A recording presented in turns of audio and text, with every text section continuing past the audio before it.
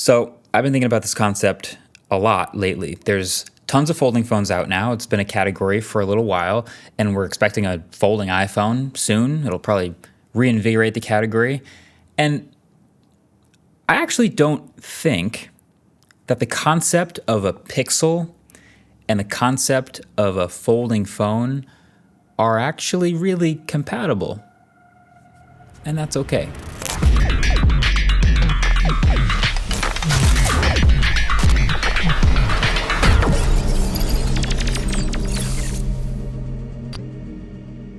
So hear me out. The idea of a Pixel is very specific. Like, we've seen it for the past couple years now. It's a super smart phone. Like, it's never really been a super high-end piece of hardware. It's never had the best screen or the best chip or the best battery or the best cameras, but just a ton of great, clever software that the everyday person can appreciate.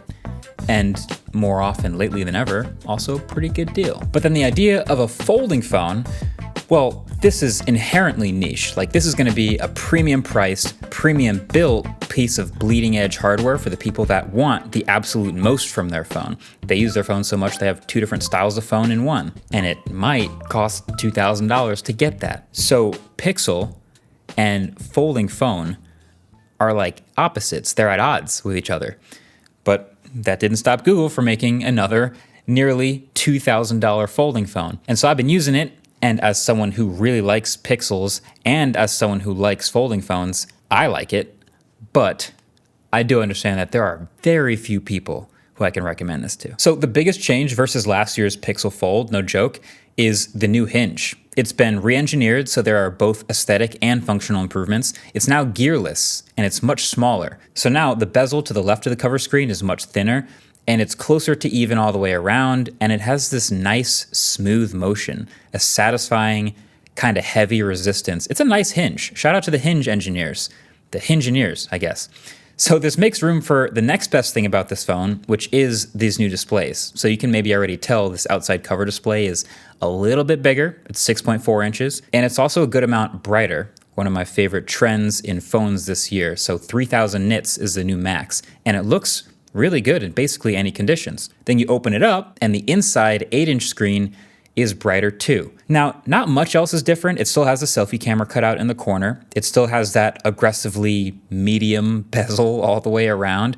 And it still has that very visible crease through the middle that you can easily feel with your finger, but you kind of learn to live with over time. So then the next best thing about this phone, probably Pixel Snap. So the magnets in the back that they've added to every Pixel to give them Qi 2 wireless charging, but also have them snap to literally any MagSafe accessory, elite. It's awesome. They made some of their own Pixel Snap accessories, of course, but the fact that every Pixel 10 in the lineup can snap to a MagSafe charger or a dock or anything you can buy right now or might already have is so dope. And even though this folding Pixel is a bit heavier than the average phone, it does still stay up in the car dash no problem. That was one of my concerns coming in. There are also some other tiny changes, like the SIM card tray, which is still here, has moved up to the top of the phone, and you can also now go up to a terabyte of storage. Now, we already learned that this Tensor G5 chip, which is new for this generation, was kind of a letdown power-wise. Like, it's nowhere near the most powerful chips in phones right now. But they did pair it with 16 gigs of RAM because it's a multitasking foldable, so that makes sense. So yeah, I was let down by the power levels, but I would say I was pleasantly surprised by the battery life and the efficiency, because the battery life of this phone was actually really solid. Effectively, when you're using it closed a lot, it's like a slightly thicker phone with a relatively small 6.4 inch display, and it's a 5015 milliamp hour battery. So using it like that, I was getting like 6 hours of screen on time, no problem, every single day. Of course, mileage varies pretty directly with the amount of time you spend unfolded, where it can chew through battery faster. But there's no question that the extra room inside, thanks to the thinner hinge, was put pretty directly towards battery, and it turns out to be a surprising strength of this phone. Worth it. Shout out again to the hinge-engineers. Also, did I mention this is the first foldable ever to be fully IP68 water and dust resistant? You better believe that's also because of that hinge. So using the Pixel 10 Pro Fold closed, it's pretty good. Everything I liked about Pixel 10s is still here. It's all the Android 16 features, the Material 3 expressive aesthetics and the animations, and then all the AI features, call screening, now playing, all of that. Super smart smartphone. plus the new longer battery life, like I said. So then opening it up, just like every other foldable, I get inspired to be way more productive. Like I start doing things I would never do normally on a phone, like organizing travel, buying plane tickets, and doing things side by side, like email triage with schedule building on my calendar. Like I just get this itch to crush my to-do list and be productive because I have all this real estate now. There isn't anything particularly new or special about Android on this folding screen. Of course, there's still side-by-side apps and the taskbar and dock thing at the bottom, but after that, it feels like it's really just what you make of it. But also, surprise, this Pixel is clearly still not a hardware leader in any way. Like it's still kind of a chunky foldable phone, which is very noticeable when compared to a lot of these newer ultra-thin folding phones.